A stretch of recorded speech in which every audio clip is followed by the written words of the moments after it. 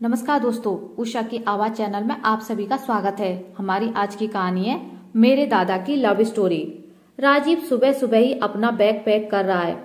चेहरे पर मायूसी है, लेकिन जल्दी में भी है, इसलिए फोन की घंटी बार बार बजने के बाद भी उसे नहीं उठा रहा है।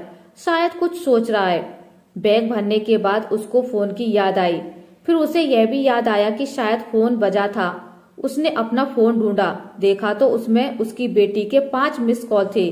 राजीव ने उसे फोन किया। हाँ कनिका बोलो। पापा मैं आपको कब से फोन लगा रही हूँ, आप फोन क्यों नहीं उठा रहे थे? वो मैं थोड़ा बिजी था। कनिका बोली, आप घर पर हैं या बाहर? अभी तो घर पर हूँ, लेकिन निकल रहा हूँ। राजीव की बात पूरी होने के पहले ही कनिका ने बोलना शुरू कर दिया। आप घर पर ही रहना, मैं आ रही हूँ। आ रही हो? लंदन से? ऐसे अचानक क्या हुआ?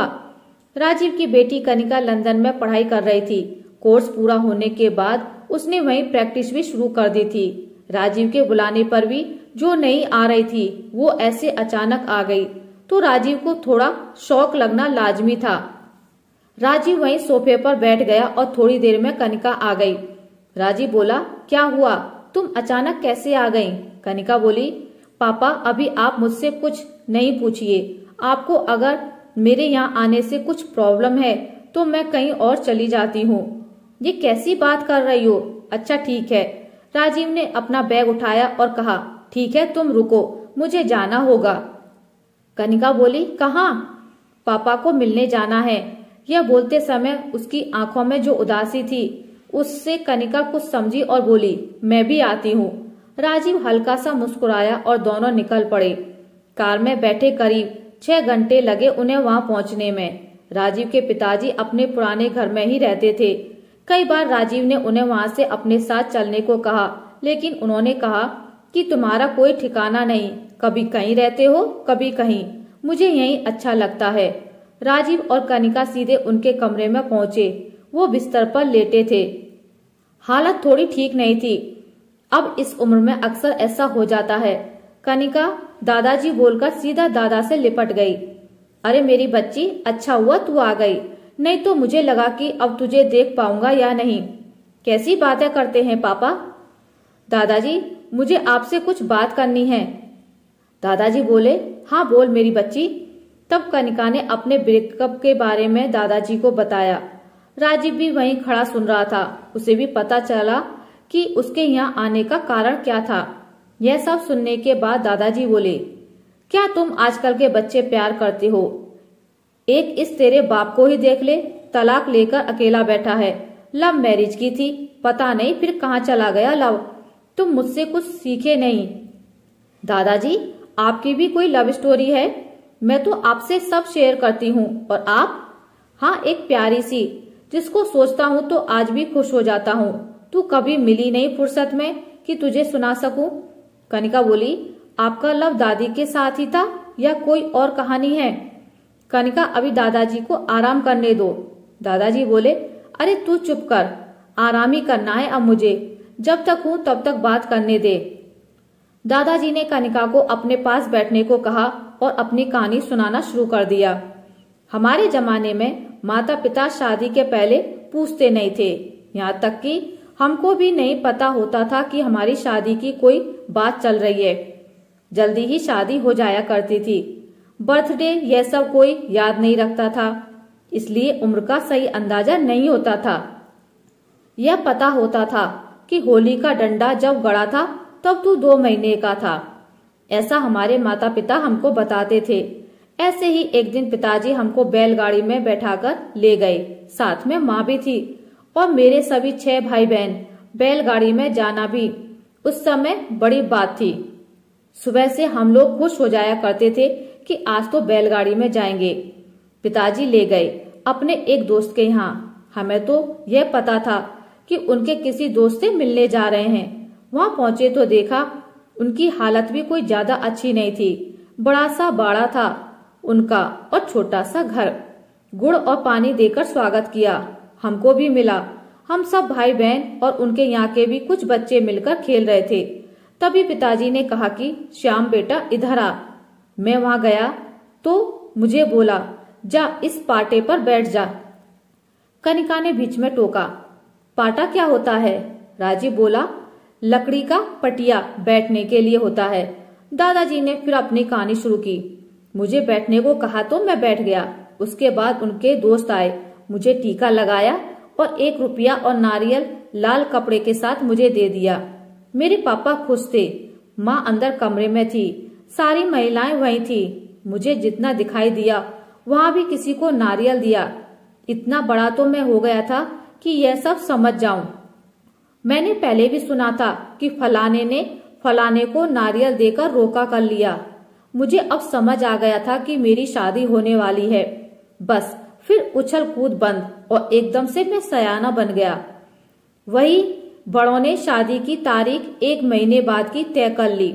कनिका ने फिर बीच में टोका, वो दादी थी। दादाजी बोले, थोड़ा सब्र कर, अभी तुझे धीरे धीरे सब पता चल जाएगा।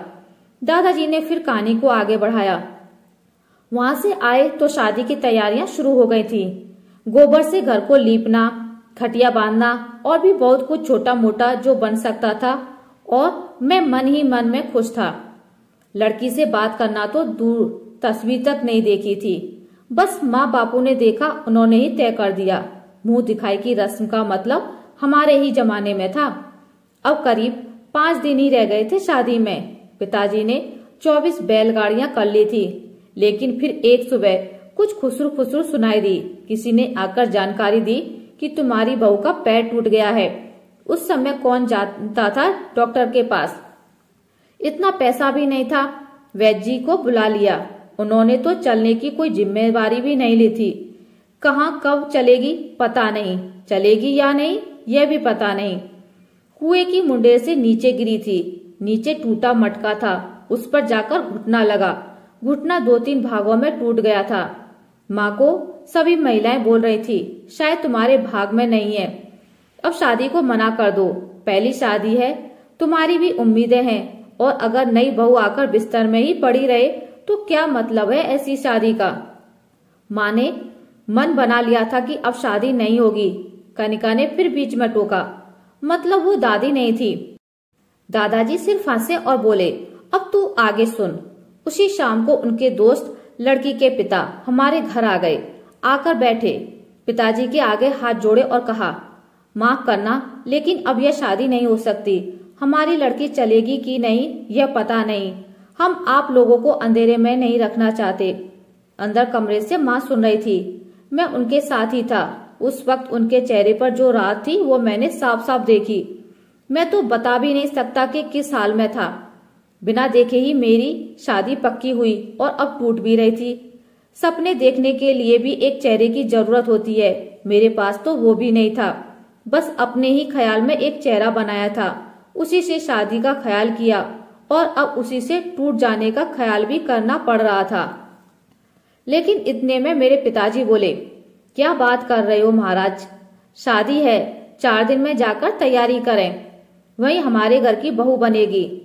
लेकिन वो चल नहीं सकती, ना चले तो हमारा नसीब। मान लीजिए यह घटना अगर शादी के बाद होती तो तब हम क्या छोड़ देते? शादी कर दीजिए और बच्ची को वहीं आराम करने दे थोड़े दिन। यहाँ आना जाना अभी ठीक नहीं है, जब कुछ आराम होगा तब हम ले आएंगे। पिताजी की बात से उनके दोस्त की आंखों में आंसू आ गए, लेकिन माँ का मुंह फूल गया। पिताजी को भी पता था कि माँ नाराज है, क्योंकि घर के बर्तन की आवाज कुछ ज्यादा ही आ रही थी। लेकिन माँ की इतनी हिम्मत नहीं थी पिताजी को कुछ बोले, और मैं तो फिर क्या ही बोलता। बारात 5 दिन बाद गई। निर्धारित समय पर ही फेरे भी हुए। और मैं अब बताता हूँ, वो तुम्हारी दादी थी। मेरे साथ फेरे ना सिर्फ तुम्हारी दादी ने लिए, बल्कि उसके पिताजी यानी कि मेरे ससुर जी ने भी लिए, उसको गोद में उठाकर। कनिका बस अब शांत और चेहरे पर मुस्कान लिए सुन रही थी। फिर दादी घर कब आई? दादाजी ने फिर सुनाना शुरू किया। घर कहाँ, शादी हुई लेकिन अभी तक चेहरा भी नहीं देखा मैंने इसका। इतना लंबा घूंघट लेकर बैठी थी। मैंने वैद्य जी से बात की थी, उसके घर वाले उसका इलाज करा रहे थे। मुझे पता चला कि एक जंगली झाड़ी को पीसकर उसका लेप लगाने से जल्दी ठीक होता है। मुझे जल्दी थी इसलिए सबसे पूछता रहता था। 3 साल तक उसके घर वालों और मेरे घर वालों से छिपकर मैं उसके लिए वो पिसी हुई झाड़ी उसके घर भिजवाता था। असर हुआ उसका, मेरे प्यार और विश्वास का। 3 साल और कुछ महीने बाद वो चल पाई और फिर मेरे घर आई। कनिका सुनती रह गई। आश्चर्य से उसकी आंखें बस दादाजी को देखे जा रही थी। राजीव की आंखों में भी आंसू थे। माँ को याद कर रहा था। दादाजी बोले, वो दिन है और उसके बाद जाते वक्त का दिन है। उसने कभी मेरा साथ नहीं छोड़ा। कभी कभी लड़ती थी तो मैं कहता था कि ज्यादा लड़ेगी तो तेरे बाप को ले आऊंगा। उसने भी मेरे साथ फेरे लिए हैं। यह सुनकर तीनों जोर जोर से हंसने लगे। दादाजी की जोर से खांसी आने लगी तो राजीव ने कहा, बस कनिका, अब इन्हें आराम करने दो, रात भी हो गई है।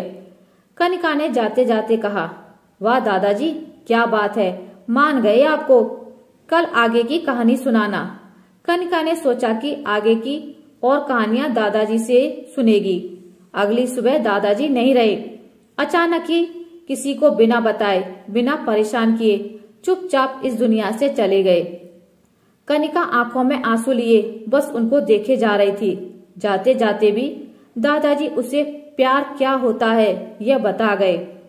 आशा करती हूँ आपको मेरी आज की कहानी अच्छी लगी होगी। अगर आपको मेरी कहानी अच्छी लगी है तो इसे लाइक करें, ज्यादा से ज्यादा शेयर करें और अगर आप मेरे चैनल पर नए हैं तो इसे सब्सक्राइब करना ना भूलें। मिलते एक नई कहानी के साथ, तब तक के लिए नमस्कार।